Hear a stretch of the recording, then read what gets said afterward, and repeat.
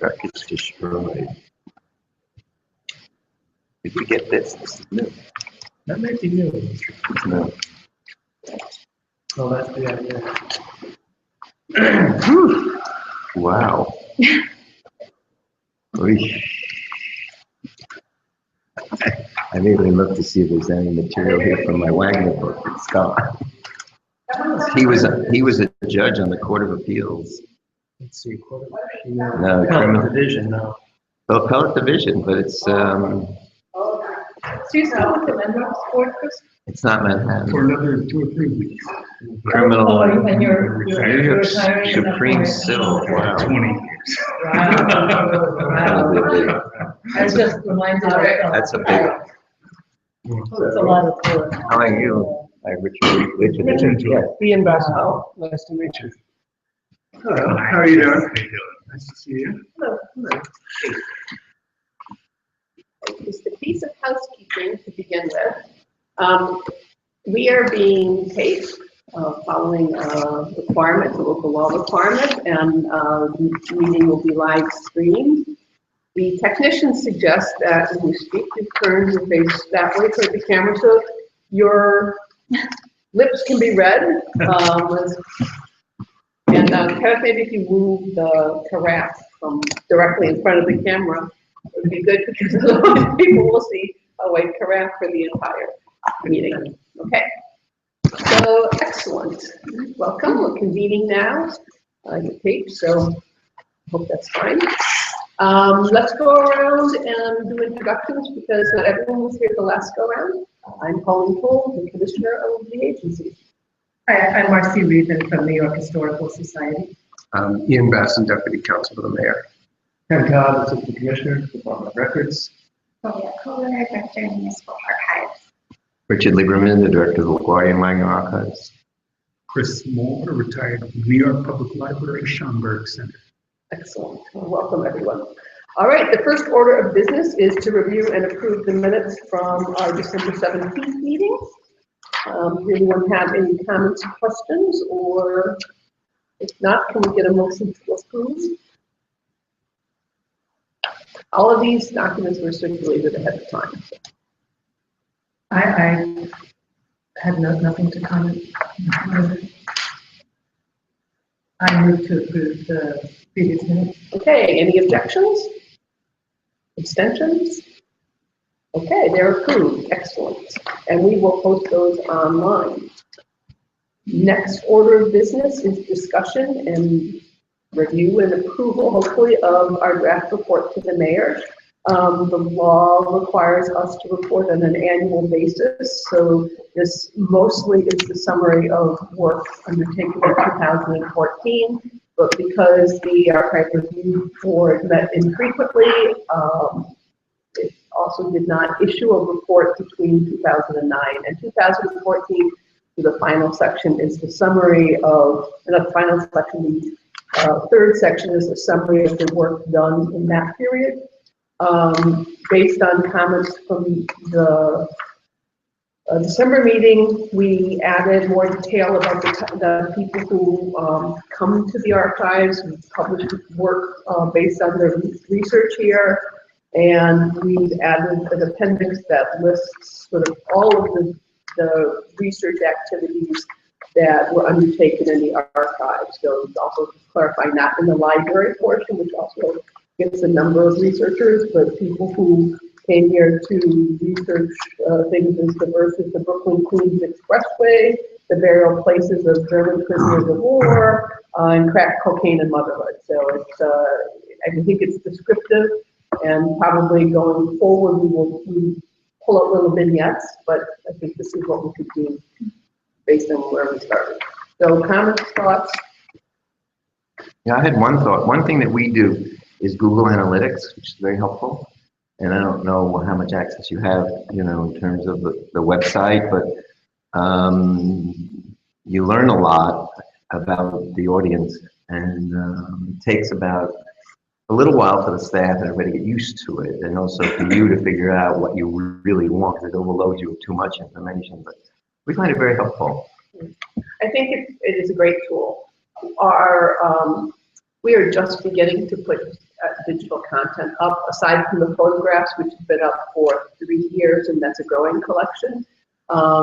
We have a whole collection at archives.nyc of the Dutch records, and we'll begin to put more digital content up. And then I think Google Analytics can help us right now to see how long people stay on our site, which places they go to. Are they going to the archives or the government publications portal? And so that is good. But for the archive pieces, we put more content up. I think it will be really helpful.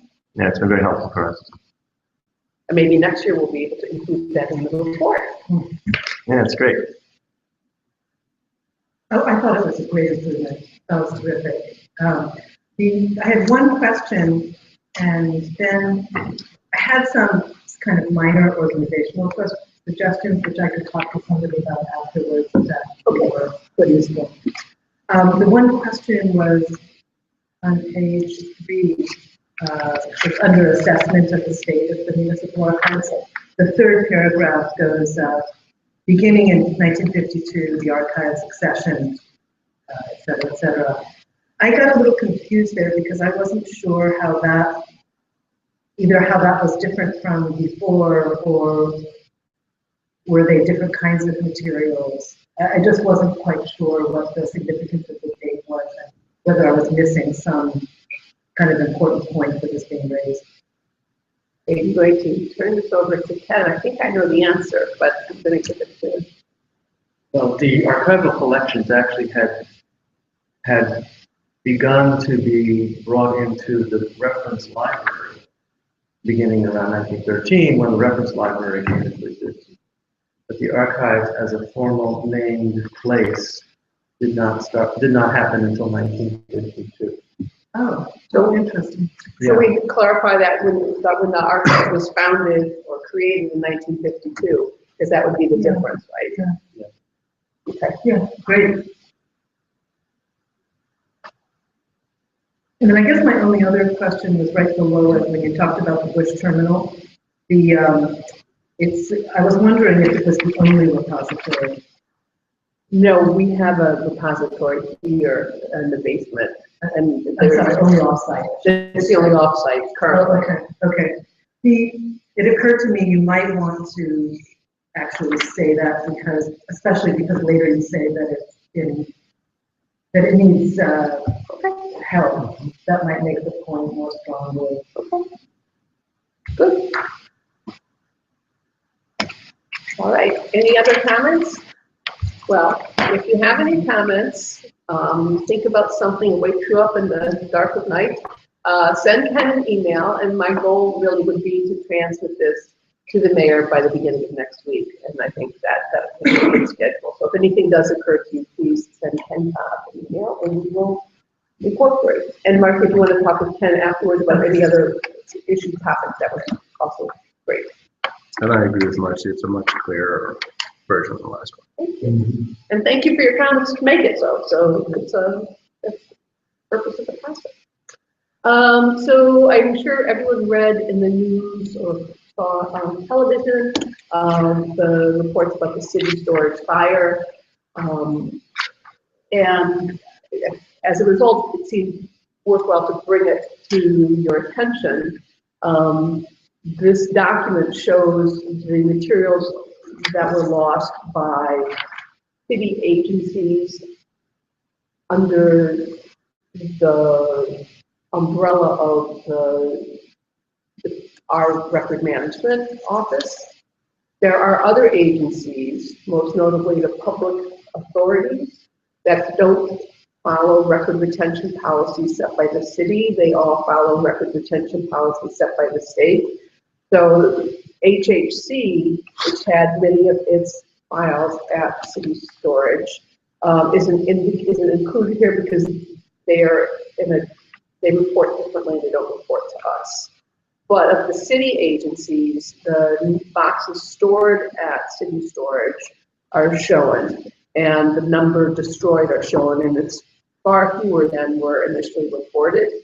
And one of the reasons for that is that city storage is an older facility, and 2 years ago or 3 years ago, the city entered into a contract with GRM, which is another storage facility that actually has pretty much state-of-the-art fire suppression and prevention in place at their facility. So people have been moving their materials from city storage to GRM. The other thing we've done subsequently, we conducted a survey of all the city agencies where they hold their records, and those that are off-site in other storage facilities will be inspected with a checklist to check against the quality of the fire suppression or fire prevention into those facilities. So it's a way for us to be proactive in making sure that the records are safe. So these are not archival necessarily, they're agencies' active records. And at some point, as we described last meeting, at some point when they hit the end of their retention period and are up for destruction, there's a review process that includes the municipal archivist who determines what, if anything, has historical value, and then those are accessioned by the archives. So we then understand the Bush Terminal storage that was referenced before is purely the archival records, but there are more offsite facilities that hold current Yes. records that are not in the archives. Yes. So there's a larger universe of records that are in offsite facilities. Yes.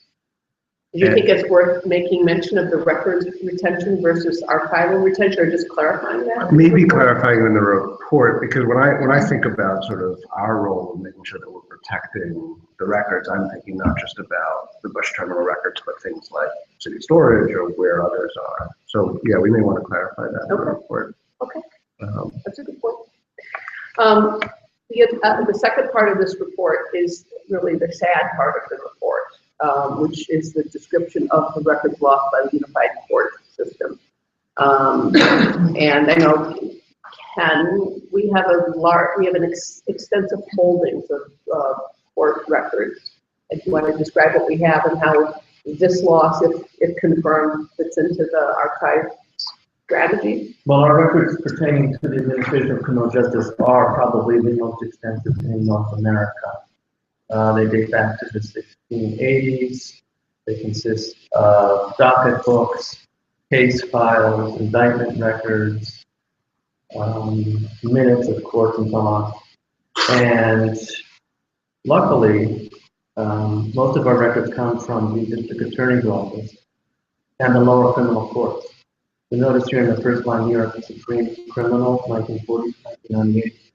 That period, 1940 to 1950, is one of our missing chunks that we had hoped to accession. It's not clear if what this 1940 to 1950 span means in every last thing between those years of Boston, or if it's just bits and pieces. That still needs to be determined. But I hope that would be a loss if we lost the decade of the 1940s. That would be a loss. Luckily, we have the district attorney's file from the same time. But it would be a gap in records that happened in the 1680s to the next.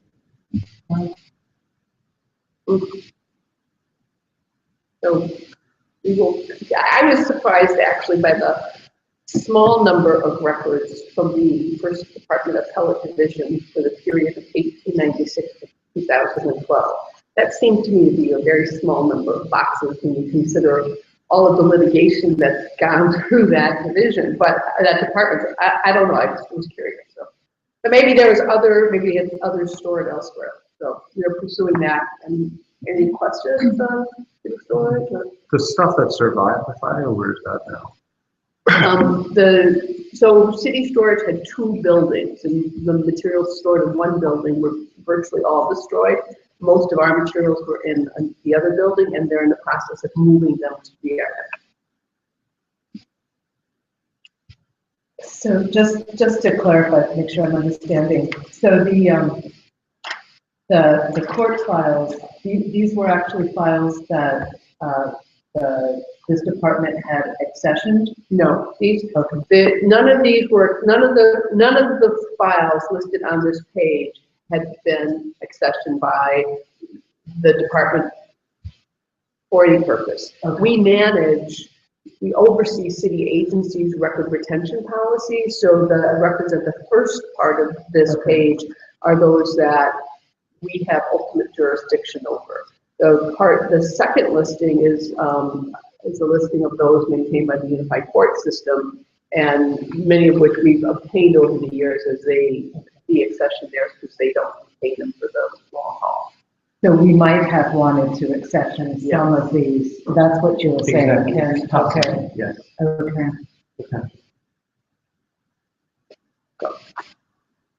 Any other questions? On the checklist that people are now using to go around to places where we have current records stored and make sure that they meet our minimum requirements, and if they don't, we know it's better. Whoever is managing that, can we look at what they find at the next Yes. meeting so we can look at it?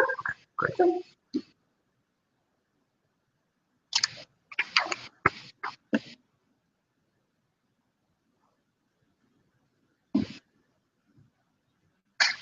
Okay. So, the meat of your work. The report on reorganizing practices for accessioning records of historical significance and implementing standards for archival processing. Sylvia Kolar. So we are in the beginning stages of working with the accessioning archivist on a sort of study of the formal accessions that the agency has made in its experience. The process includes reviewing and editing our current database and comparing that with paper accessions and appraisals and making sure they all match and are adequately described. We're identifying changes in agency names so that we can track the progression and making sure that accessions to all agencies are concise. We are looking at the types of collections that are being accessioned and considering ways that those types of and record formats are changing. And we're looking at the date spans. So where there's large gaps of materials, like Ken knows off the top of his head that the 40s and 50s of some court records are missing, we are also mapping those gaps out from various agencies. And we're also identifying the total extents acquired from various agencies. And this is going to be compared with current retention schedules, which is the other arm of the division. And we're going to work with retention records management to update those schedules and make sure we're acquiring the collections we're supposed to be acquiring. And part of that conversation I had with Pauline actually was that education is a really important element in all of this. So not everyone really understands the inherent protocols in archives and what they mean. So we've decided to set up a one sheet, which Pauline will distribute to commissioners that will in essence set up a protocol saying, this is what an archive is, this is its mission, this is the agency's mission, and this is how we work with the agency to collect historical records in the state. And it'll be something that will, go beyond current administration's work, hopefully. The process will also inform accessions and appraisals going forward. So the way we're doing that is using an archives collection management tool called ArchiveSpace. And we will develop outreach strategies to city agencies from archives in addition to the records management protocols and the retention policies. So both arms of the agency will be working towards that outreach. We'll be updating contacts and archivists and records officers within the city agencies and making sure we have updated lists of who manages agency records on that level.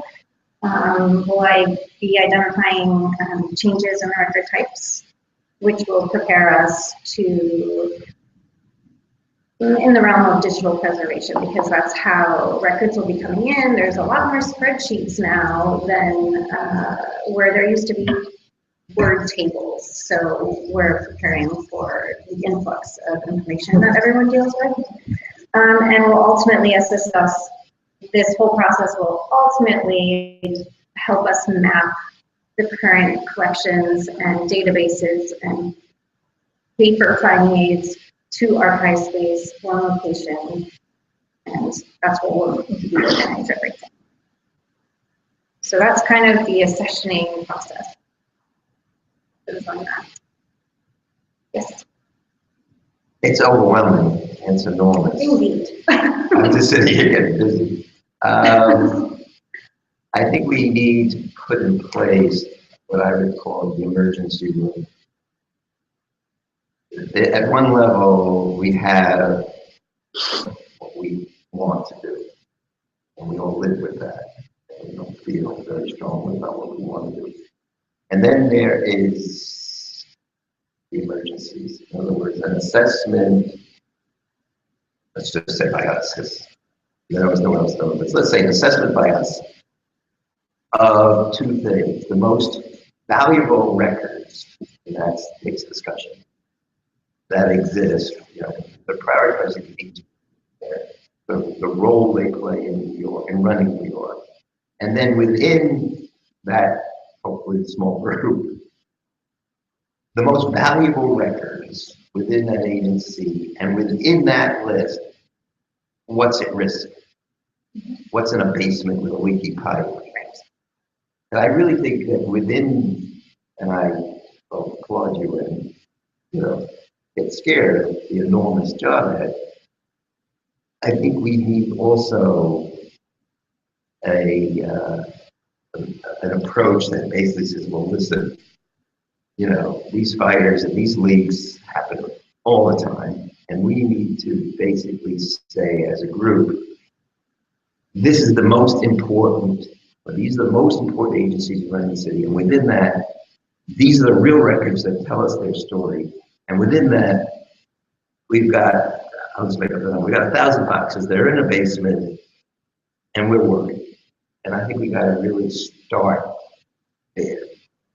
I would just agree. I mean, this is a similar conversation, I think, to the one about reviewing where current records are being held and what are the protections for them. Because at the end of the day, we're going to probably find that there's a lot that are not in the most ideal of circumstances, but we can't prioritize all of them. And so I think we need to overlay your map with the map of what's at most risk, so we take the priority ones and we say those need to be done. There's, if I can just comment, there's various levels of the priorities that we consider. The archival records, the mayoral records at Doris are in prime condition, and they've been accessioned religiously, and they're in great shape. But in our effort to really take on what's important is redefining what's important. So finding those collections that are a treasure, that may not necessarily screen the most important agency in New York City, is also an element of that prioritization, as well as environmental conditions. I mean, there's very many priorities that scale 1 to 10, so it will have to be a brain trust that needs to converge all the information, I think. It sounded like, tell me if this sounds accurate, it sounded like there were a couple different things going on that you were trying to do. One, maybe just trying to get a handle and update your lists about who's doing what in the city. It sounds like maybe over the last years, those kind of intellectual control of who's doing what with records around the city has diminished. And so you're trying to get all of your lists up to date, and then also try to figure out where all the records, what records are really useful. Is it? Well, I'm not sure if there's been a lack of people taking responsibility for the records, and it may just be me, coming in at a huge learning curve to try and assess the current situation at this agency specifically, because a lot of our records are in a really useful database, but then there's a lot of records that are paper. So identifying the authoritative record is a challenge. So if we just combine the efforts to assess the whole thing, which is mammoth, but completely doable, we'll be in a better place. So you want to assess the whole thing and then try to figure out, as Richard was saying, what is most important, either for content reasons or because conservation is needed or they're in danger. I think both can happen at the same time. Yeah, and I think they are, and, to the degree that the records management group is assessing where things are physically, and the archives group is determining where there are gaps in collections and putting together a cohesive system for tracking everything that can come together, and then the prioritization occurs. And to echo Sylvia's point, you know, there are collections that we've had for some time that have never been processed. And one that comes to mind, because I recently was looking through it to help develop part of the Women Who Make History exhibit, is Records of the Commission on the Status of Women, which was created by A. Beam and just had this glorious record of work on women's, sort of typical women's issues, appointments of women, pay equity, but then was involved in job training and access for people with disabilities. And you sort of want to see how that's changed over time, but that typically would have been at the very end of the processing. And in our review, we want to move some of those collections up to the front, which means sometimes, of course, all the mayoral collections will be processed and they're a priority, but maybe an agency that does a lot of work in the city, that's an important agency, might be 2 steps lower than it would have been without looking at this with a different set of lenses. But I think this is a fun discussion. It's like, how do you do it? How do you bring it all in?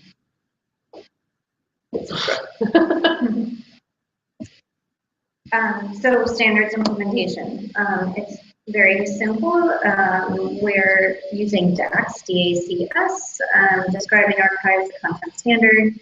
It's the official standard of the U.S. archival community. It is created, it conforms to standards created by the International Council on Archives. So it gives us the opportunity to describe collection levels, records on a collection level that will make us even more visible to larger audiences.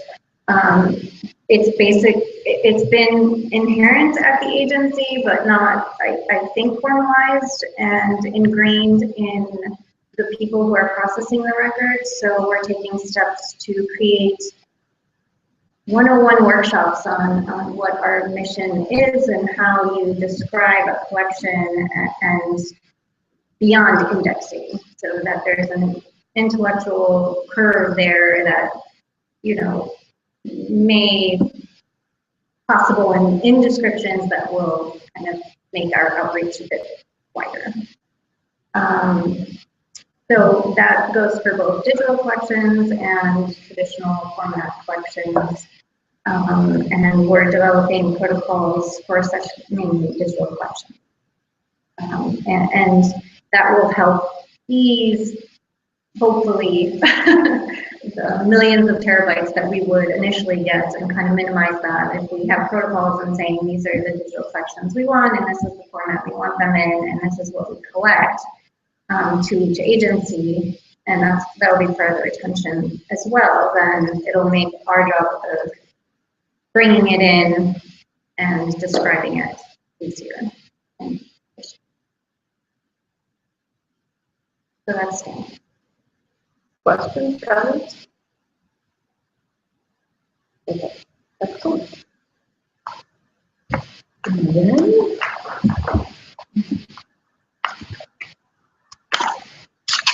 the multiple pages of collections that have been identified by various archivists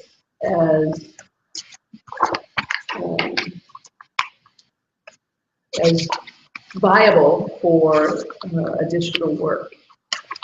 And Ken, maybe you want to walk us through that and see what people think about some of the priorities, and you want to describe how you developed it? Sure. As you said, we just asked everyone on the staff to send us their collections that they know about that need something.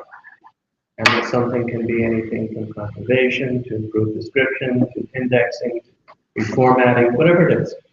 The list is simply alphabetical. It's not a priority, not prioritized in any way. It's just all there. And we've been holding a series of meetings to kind of go through the list and begin to refine it and focus on, okay, this is really important. We should, pursue this particular collection or series. It's a little bit of everything, as you can see, in terms of format and subject matter, date span. I'd be happy to sort of give you any specifics about any of them if you're interested. Do you want to hit some highlights? Like, what do you think are the foremost and Everyone has their own little personal favorites. Of course, so go for yours. Well, also, just note on the remarks column, we've actually, in some of them, like the Alms House, we were recently awarded an NHPRC grant for the first time in about 20 years from that. They're very persnickety. They are. Congratulations. I don't know how we managed it, but we did, and that will start. Actually, it's already started. It's very smart. And so that was underway. But isn't it, I mean, I look at this list and I think, isn't it amazing? We have the Alms House ledgers dating to 1759. Okay, now it's time to make them available to people. So let's get going. I mean, it's really great that we're moving on. They've already started the conservation, and the big thing of this one will be digitizing of content. So that'll be great. On this list, Ken, some of them mention things like digital reformatting, or at one of them, the World Trade Center one, at a minimum creating an electronic version, and then a lot of the others seem to be talking about, paper records. As someone who refuses to give up my books for a Kindle, I support keeping the paper records. But is there are all of these sort of alternating? Some have digital versions, some don't. Do they all have digital versions? Well, almost everything on this list exists only in hard copies. Okay. Even the ones that say digital reformatting? That means that's a proposed act. That's to be done to digitize. Correct. Okay. Correct. Gotcha. Really, the only thing that's been digitized in any serious fashion so far are photographs. So far, and the new industry records. And would, some of these that say humidifying, flattening, et cetera, would that include digitization, or? It depends. Not necessarily. With digitization, you want to determine the level of demand. It needs to be something that there's serious demand for it, because you're going to be digitizing is expensive and labor and time consuming. So you want to make sure it's worth doing it. Some records are very valuable, but there's not huge demand. So you should have them, you should take care of them, you should make them available, but you don't necessarily have to put them online. Others, that's really the only way to go. And with that map series, we received a grant to fund the conservation and the humidification and the flattening, which is remarkable because there's, I don't know how many hundreds of maps showing Brooklyn in the 1800s as it was evolving from farmland to more of a city structure. So a lot of them are the rights of ways to put in streets, but they're all rolled up and taped together, and undoing that is the first step before you can digitize them. So that, and getting that done then allows us to go on to the next step and hopefully another grant. Yeah, we did just get another, we just received another grant from the state library to do that first step of the conservation. As we are enrolling them, we're saying, wow, this is really great. And so the next step will be, digitizing. Also discovering their terrible condition. Say that again. They're in terrible condition. Oh, I think, everybody's going to have their favorites, as you probably already noticed. My suggestion is that one way to set priorities is, because they all look so great, is preservation. Because without preservation, we're done. we can't go to the next step, even if we're in love with a collection, if we didn't pay attention to preservation. So my vote at the table would be, and it's very hard to do because I look at some of these, I go, oh, wow, I love that one, would be to really have a serious review, on-site review of, with a preservation mind, and say to each other, let's set the priorities in terms of making sure these records are going to be here when we decide next week or a month from now that we want to work on them. So I think the highest priority, given that they're all wonderful and that everybody's going to have their favorites, you know, I'll say mine when you want me to talk about it, but I think preservation is going to be the highest priority. Okay, that's a good, we agree. I second that. What are your favorites? Jimmy Walker, come on. Jimmy Walker. I want into the Walker Jimmy papers. Walker's well preserved. This came up and at the last meeting. No, I'm saying I'm after. doing a book on Walker. What's that? You asked about I it. think at the last meeting, You we were talking asked. about whether anyone had done a recent book on Walker. Sam Roberts is the runner. But I, just my personal interest, I want to get Walker because of my own work. So is that what we're doing? Are we, is that what this list is about, is choosing, I mean, not choosing, but thinking about priorities? Well, I think it would be helpful, so the ARB hasn't met for a long time, and we were at the last meeting determining what the role is, and I think part of the role is actually understanding the scope of the collections, and this is designed to help do that, because we can't at this point, you know, send you an index of all of the items that have been accessioned for the reasons that Sylvia reviewed earlier. A lot of those are paper and they have to be put into a database, etc. But from this, you see what we have, and because you're in the field, you could say, look I'm shocked you have this. You should really prioritize this, because what condition is it in? Well, so helping us, you know, understand how we would approach this as professionals is going to help us do a better job, right? Okay. So if you look at this and you think, oh my goodness, who knew that the Tweed court records, Tweed ring papers were here? How do you get them? What do we do? And that should be a top item. Then we would certainly take that advice. At the end of the day, I think that the prioritization falls to the archivist, guided by the assistant commissioner, but this is, as I would see your role as helping us figure that out. Okay. So this is something, besides for talking about it now, that we can also think about too, right? Because I wasn't sure when I received this what we were supposed to be, you know, doing with it.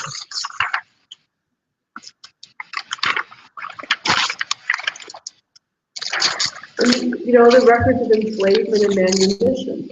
Yeah. So recently I was talking with someone who is a professor who said that they'd be really interested in looking at more records around New York City and slavery, because their impression was that there were more slaves based in Brooklyn than in Manhattan, but the 1810 census would give you a different impression. So finding those records, prioritizing them, making them available would be really interesting. Agreed. Yeah. And to Richard's point about preservation, I'm noticing the two New Amsterdam collections dated from the 1640s. We have to see the paper parchment, the print and it's in remarkable shape, and that's where preservation kind of gets wobbly, because the older the record, the more robust the paper. Right. But those are currently in a Yes. protected. Yeah, they're among And being they're among our collections in the dust condition. But there are, in the LaGuardia collection, for example, there are telegrams that were sent, and they're printed on newsprint, in essence. It's kind of shoddy paper. So what do you do to really, they've been microfilmed, and, you know, Richard was largely responsible for that, thank you. And, you know, they have the microphone, we have the microphone, but the microphone doesn't show you the color, right? And it might be great to figure out how to preserve some of those kinds of documents, I think. I also think the Human Rights Commission would be really interesting. We were doing an exhibit about World War II in New York City, and I was really struck to see in, I think it was LaGuardia, maybe it was from the LaGuardia papers. We used documents about the Human Rights Commission, and I was struck by how early it had started. So it was reflective of the World War II era civil rights work, which I didn't know. I mean, I knew that there was a civil rights movement, but I didn't know what had been going on in New York during the 40s, and we found them here. So anyway, I throw a vote in for that. I think it'd be really interesting for people to know how early that kind of activity started. Well, we had a Rosa Parks in the 1850s in New York. I tried to get the mayor to mention the Black History Month. I spoke to speechwriters. I don't know. It was remarkable. Right? It was remarkable. Yeah, and was represented by Chester Arthur when he was 24. This is Jenny. Yeah. We have a research request for her court case right now. Great. For a book, a children's book, actually. So when you two look at this list, is there a question you're worried about? I don't think I'm worried personally in terms of preservation, but one that really is intriguing to me is the Department of Health. For various reasons, it's massive and so relevant right now. And DOH has essentially, I'm quoting someone, and I don't remember who, been an international leader in some of the not just ads, but the studies that they've done. Which one are you talking about? Department of Health. Top of page 3. This is 1929 and 81 Oh, I think it's just commissioner, right? Yeah. You listed it twice because you're very worried about it. Actually, I don't know. I see it once, but And if we were to do that, I would then also make a case to push for a grant to try and preserve and digitize the library materials from the Department of Health, because they are remarkable. And they have these reports that show public health crises over time and the role of the city. And they're great. So it's yet the third branch of the agency, but their materials are historical. They just fall under a different definition because they've been public. And at some point we need to link the two of them, and which we're beginning to do with the almshouse records, but we need to do more of that. That's great. I remember it took me a long time to figure that out, some time ago. It was quite a revelation when I finally understood. All right, so read it, give us your thoughts. As Ken says, it's a living document because people come across items all of the time, and then they say, well, what can we do with this? My favorite collection that I've come across is the naturalization records of people who got their citizenship at maritime courts. I said that right. Yeah. this is the Maritime Vital Records. Which It's group? different. It's not on the list. here. It's just something I came across and thought, oh, this is the coolest thing. And it will allow us maybe to have a stronger partnership with the National Archives, because they have almost all that. So this little subdivision would be very cool to work with. But once again, I would defer to the archivists.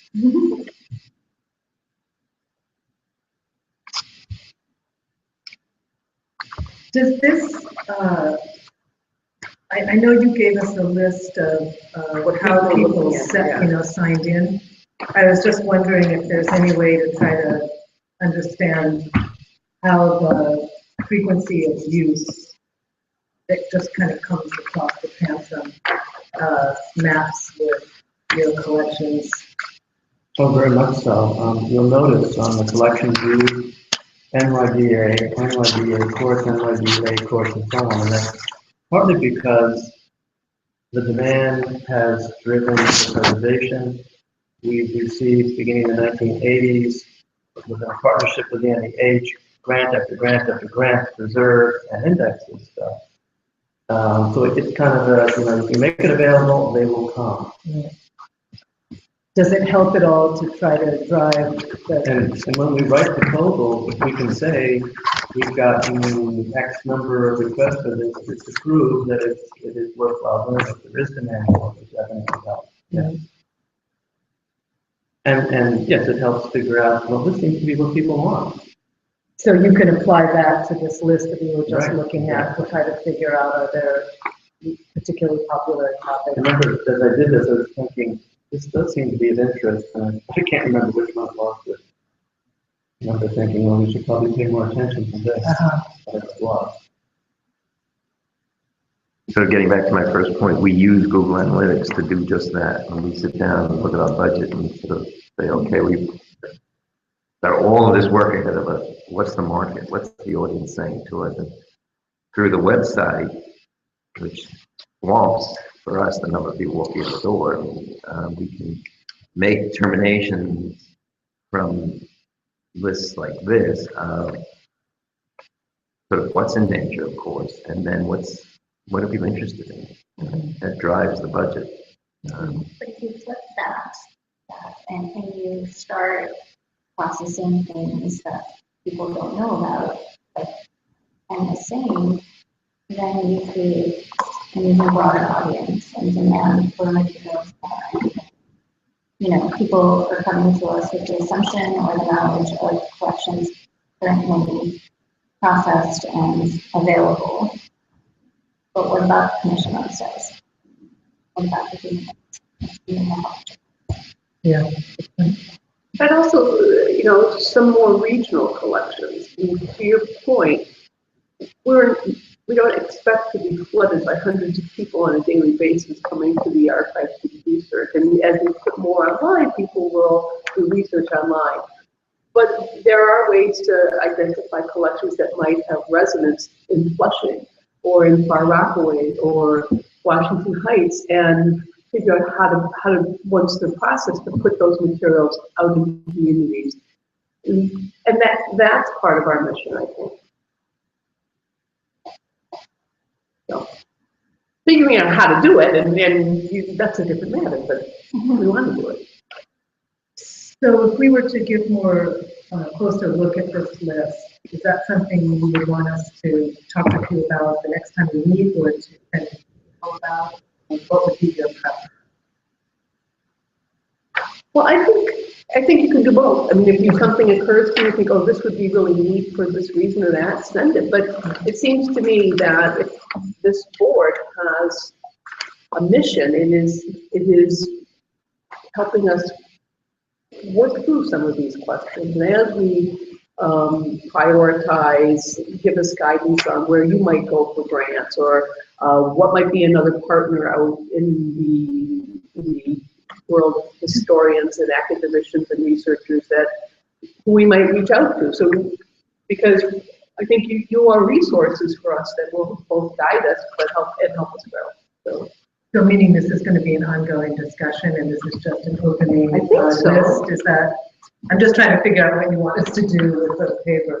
I'm sure once the accessioning survey and work starts happening and develops a bit more, there will be more added to this too. So maybe if this will be a living document as Ken has tagged it. We want your feedback, we want your guidance, and we will put this on the agenda every quarter for updates. And then when we have no updates or suggestions, we will take it off and we will not focus on it any longer. How about that? Because makes sense, right? Okay. So can I suggest that the future iterations of this have a preservation status column so that we know the preservation status of each, because I think we agree that's going to be a key factor in how we prioritize. Excellent. Just as a footnote, I actually worked with the voter registration ledgers for my doctoral dissertation, and they are fabulous. They are fabulous. It's a football field of ledgers. Quality merchandise, definitely.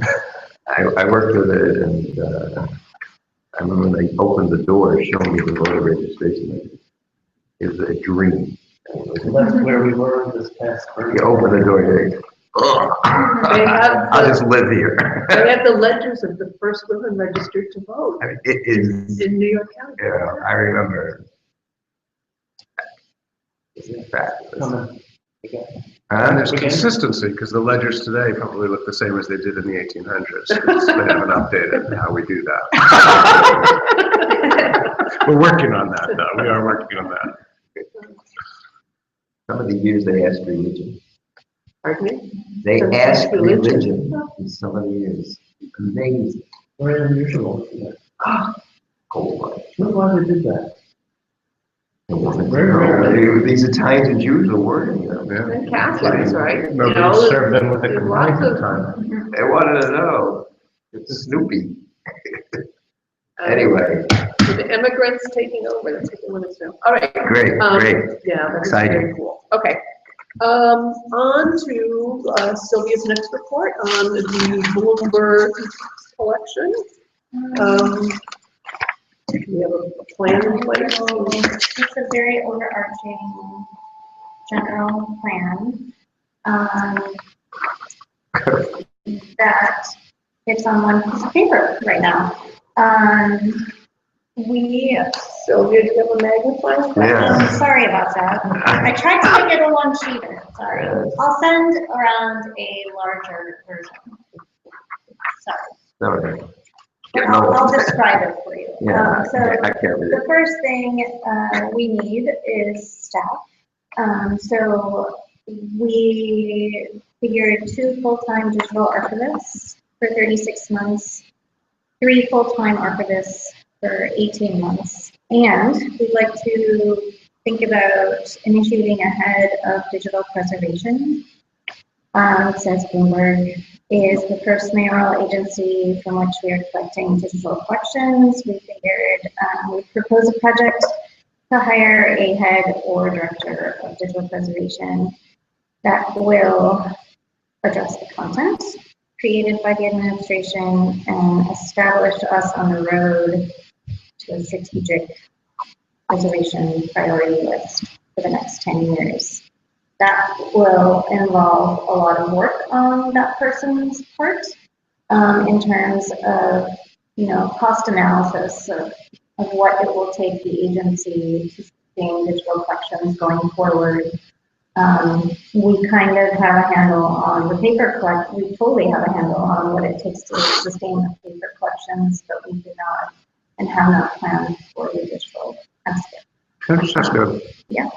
just a question? The 90s had electronic documents and email stuff. Were there no digital records from the Giuliani administration?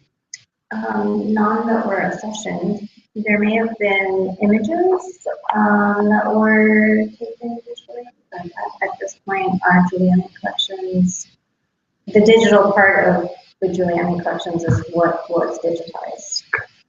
And over the We city have the council- website, but none of the email was transferred. It's a shock, right? Well, I would just think also just memos and Yeah. documents were They at did that print- point still in electronic form. But the strategy, which has been the strategy that the New York State Archives supported for the longest time, and the strategy that most city agencies use is it's all created electronically, and you print it and you save the printed copy. Gotcha. And that's Became why the we have record. as much paper as we continue to have, which is another topic for discussion. But yeah. And, we're not the only institution struggling and working through all of this digital archives mania. So, it's still a very early on, it's kind of a study that's growing, so we're not really far behind. I can make that note. So the first phase will be preliminary surveying and planning of both the physical collections that we have control over at 111 White Street and the electronic collections in coordination with DoIT and Law and City Hall. And then from there, we'll establish the priorities in terms of what are the most important offices and most requested materials to process. And then The second phase will be processing, and that's where the archivists will be initiated full-time for several or a couple of years. Physical, there's, the physical collections and electronic collections will have to work in tandem to determine where there's duplication and the policy on what we're going to keep and what we're not going to keep. And that will depend going forward on the survey and the planning. And then the final phase of making Bloomberg records is making them accessible. And we are laying groundwork for that through ArchivesSpace and a Fedora digital repository, and attempting to set up the parameters of what makes a trusted digital repository with Fedora. So groundwork level at this point, and very general plan of action. So I have a question, because the reason we were formed was because Giuliani ran off with his papers. So my question is, do we have all of his records? Do we have, we had them in some imaginary room or building? I mean, do we now have physical control of the entire Bloomberg years? We have all the paper, all the mayor's records, paper records, were kept at a record center on White Street. And that entire center has been turned over to us. So we are now managing that center, and we have control. And City Hall has its own IT department, and City Hall IT turned over 40 terabytes of material to us that consists of the electronic files, email files maintained by City Hall IT, and we're struggling with that. We do have Bloomberg website, and that I think is actually available online. We have the photo collections, and if we figure out there are any gaps, we'll figure out where to get the material. So he had a separate video and photo section. We have all of their. Yes. We have all of those Yes. videos and photos. Yes. That were Yes. In fact, the video is very well indexed. It's not all digitized, so that would be a bit of a challenge. And the photos are there, and I think once again we'll be totally guided by the archivist, but those are items that could be put online pretty easily. They're all in date order.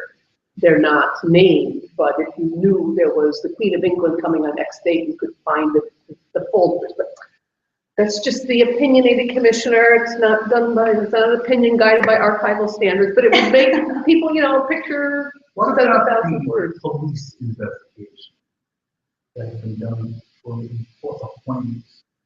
Like the Giuliani administration. Do the Police Yeah. or DOI? DOI does the background investigation for Yeah. foreign appointment. They have their own archive, they don't come here. Well, so DOI does the investigations and then sends a letter closing out the investigation with their findings to the appointing authority. So in the case of the mayor's office, it would be the mayor's office of appointments. So presumably those final letters and those, just sort of sum up anything they found would be in the files of the mayor's office of appointments. They are, I would think they're subject to the retention schedule on personnel files. I haven't looked at what that retention schedule is on personnel, but I would think it's a final letter that it should be subject to that retention schedule. And personnel files are retained for, I think it is 56 years, in case the person comes back or. But not archival. Well, the public has no access to any of that. I have a suggestion on the plan of work, which we found very helpful with LaGuardia, Wagner, Dean, Koch, is you have consultants who served the mayor involved in the entire process from day one. They can really help and provide shortcuts and say, that's important, that's not, oh, now explain questions right away. We had that, luckily LaGuardia hired very young people, so we had a lot of the LaGuardia people when we first started with us from day one. And then we had the wagon people. They're very important. They're really very important, and they really help a lot. I know the fear, you know, that they can influence our approach and that they're going to have a bias. They will. But I'm telling you, they're fabulous. To get them involved right away, they'll just explain everything. It's confusing. Get them involved immediately and keep them involved. I mean, it sort of harkens back to our conversation about the Presidential Records Act and there being someone under the Presidential Records Act for each administration who's kind of the point person for that administration. That person has a protective power as well, but at the same time, they are someone who knows the stuff. And I wonder if we think about, as we think about something in that space, having who's the person you go to, who you can ask questions of, and yeah, they'll have some of that. And they feel power too. involved. They feel like they become part of it. And yeah, I know, you know, I carry this all the time, that there's a line between them and you, but I'm telling you, from all my experience with all the mayor figures, they're gems. That's a very good piece of advice. I had a question for you in particular, which is, on the staffing needs, Sylvia was, as she scoped this out, she identified that there would be digital archivists working under the head of digital preservation for 36 months, and then 3 other archivists working on the hard copy for 18 months. Is that so? It's 18 months to deal with the 4,000 cubic feet of hard copy records and 36 months for the 40 terabytes. Does that sound right to you? Do you have guidance on how we might make it right? I have guidance. It's like when we renovated our kitchen, just double it. Just take all your numbers and double it. It's going to take twice as long. I mean, it's just, you got to put this down to start. But then when you get into, you know, that pipe, I mean, we've all been through this, you know, it's going to take longer than this, but it's a good place to start. It's reasonable. Okay. And then you hit, you know, Variables. you hit the bumps, and then all of a sudden, you know, this starts to get, but I think it's a good place to start, really do. Okay. With the knowledge that, you know, when you renovate your kitchen, there's going to be problems, and we'll get there. Does the agency have the funds? Is this something that you can do, or is this a? We would have to fundraise to do that. So. You feel the killer. Really can.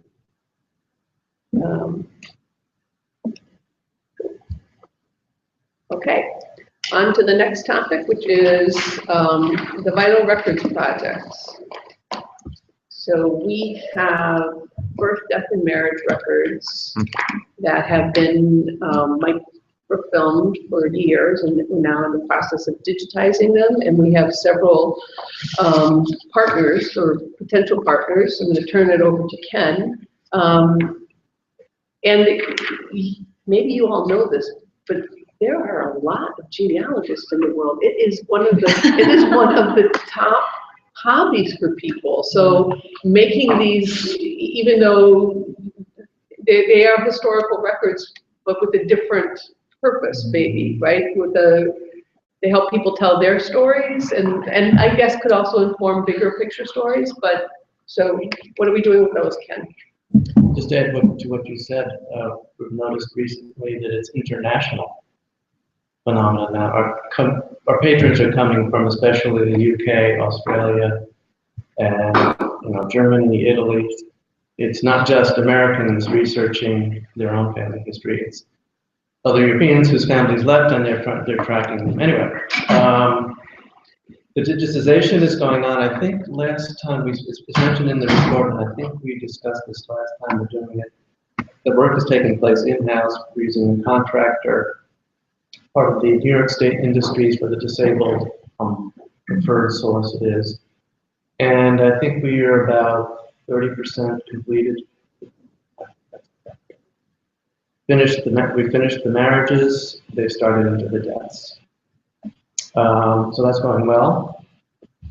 In the meantime, about a year ago, we made an arrangement with Ancestry.com to let them publish online the indexes to the vital records. And overnight, our business doubled, more than doubled, literally overnight. That was January 15th, 2014. And to this day, it has not dropped down one peg.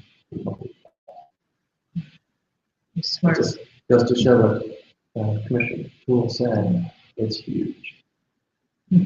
So talk about demand.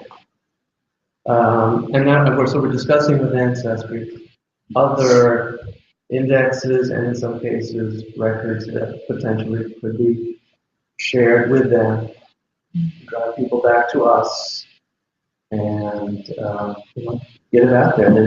They're out there, so might as well take advantage of it. They're the biggest, what is the largest family history resource in the world by far.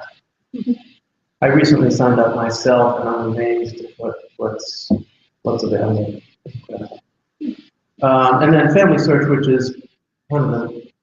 It's the arm of the Mormon Church that does the genealogy. They also have a big web presence, and we kind of had a relationship with them going back many years that had its ups and downs, but we're still kind of communicating with them, and again, potentially, you know, working with them to make records available. Again, they have a presence, why not? Okay. And we're hopeful of obtaining additional vital records from the city clerk, which would be marriage records, and potentially from the Department of Health, which would be birth and death records. And there would be a lapse so that people's vital information wouldn't be compromised, and we're not going to give, you know, birth certificate. We're not going to ask for or receive birth certificates from recent births. They lapse back, I think it is 50 years. Well, every state has its own different. There's not a national standard for that. But we've not accessioned from health since 1992. The most recent birth record we have is 1909, which is well more than 100 years. So it's time. I think for births, say 100 years seems to be kind of the standard. Deaths, 50 is pretty much the accepted practice. We only have 48, so we really should be up to 65 at this point. And some of those have been digitized, so that would actually, when we accession them, we would be able to make them available to people much more easily. So another consideration. Any comments, questions, thoughts on vital records? Sounds great. Yeah. Do it. And then finally, this is kind of more a teaser for the next go round, and I mentioned it in passing, is that the agency has the library, the archives, and records management. And for most agencies, their approach to records management is to follow record retention schedules, all of which were set in the 1980s with a few updates as they had new record series come on board. But record management policies have changed dramatically since those schedules were adopted. And usually records are then retained for a shorter period of time, so you can move through your materials more quickly. And most records are born digital. And so we print the copy, keep the copy, which we don't want to do because it costs a lot of money. It makes them vulnerable to flood and fire. Not so much when you store in the cloud. So we are working, we have a citywide group working to develop a new record management policy for all agencies, and that would include regular records and email and social media too, as far as that goes. So hopefully by the next quarter when we meet, that will have been created, and we'll be able to share it with you, and then think about how those new policies will also affect the accessioning of archival materials. And in all of our considerations thus far, with the archives, we have not thought about accessioning and making accessioning and making available social media items. Like, what do you do with Twitter accounts? Where are they stored? How long are they made available? And that's just one example. So we need to, and we're not alone, as Sylvia points out, but that will be part of that discussion as well. Okay. Anything else? Well, I just want to say I'm very impressed. So I just want to leave it on the record that I've been in this business a long time. I've worked with a lot of commissioners, a lot of groups, and I'm very impressed with what you're up to. And sort of want to say I'm ready to help. And bravo! It's a lot of work, but you really you're doing a great job. And I wanted to say that for the record. Well, thank you. I have one thought, may not be relevant. I too am impressed. It's an incredible amount of work. I was just thinking about what Pauline was saying about the digital records and thinking about my experience sometimes going through why I prefer paper records to digital, even though I understand totally what you're saying and it makes perfect sense. But I find, and then I find often with, when I'm not able to look through the paper myself, I'm reliant on the cataloging and descriptive practices of the indexers. And I think you talked earlier about training. And I think you were talking about, to help your staff do better description of the records. And if that's indeed what you were saying, I really second that, especially if we're going more and more away from the paper and to the digital, because it makes things become hidden. Even though they're accessible, they become hidden in other ways, which is really distressing when you're using them. Yeah, that's great. Yeah. And there needs to be a standardization. I think this will be part of our conversation next round, but there needs to be a standardization within each agency, if not within the entire city, of how electronic records are stored. So that if there are 6 people in one unit, they all will have their separate filing structures, because then for the archivist, it's going to be impossible, not impossible, it's going to make the work 6 times more complicated than if you could go to, I'm looking at Mayor LaGuardia throwing up a picture. If you could look at, baseball events and everyone had all the baseball events in one place, then you would find them, right? And you would then go on to the next thing. So that's part of the whole guidance we're developing. Was it? No small feat. No small. Well, at least get it started if nothing else. All right. Thank you. Well, I think Thanks. anything?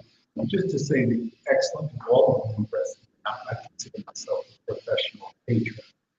You've done wonderful. Well, thank you. Thank you all. All right, All our right. meeting is adjourned. Thank you. Thank you. And if Thank you want to, we'd be happy to give you a quick tour of the Women Make History. Where is it? It's in our visitor center on the first floor. Are you serious? You feel like it's moved? Yeah, absolutely. It's an amazing, it's You can give me kind of a brief. It's taken the archives and used them all in a totally different, a way that's totally different for our agency. And we're very proud of it. Everything you're doing. Chief of staff. We're trying. Yeah. I'd like to see it. I'm also wondering, You need help. Catch up with Ken. okay, and then, We got this. okay, great. Yeah, it's really a lot of work, but very worth doing. See you guys. And you're right. Bye-bye. When you build it, Yes, right? Professor Richard. All right. Nice to see you. Good to see you. Richard, very nice to meet you. Yes.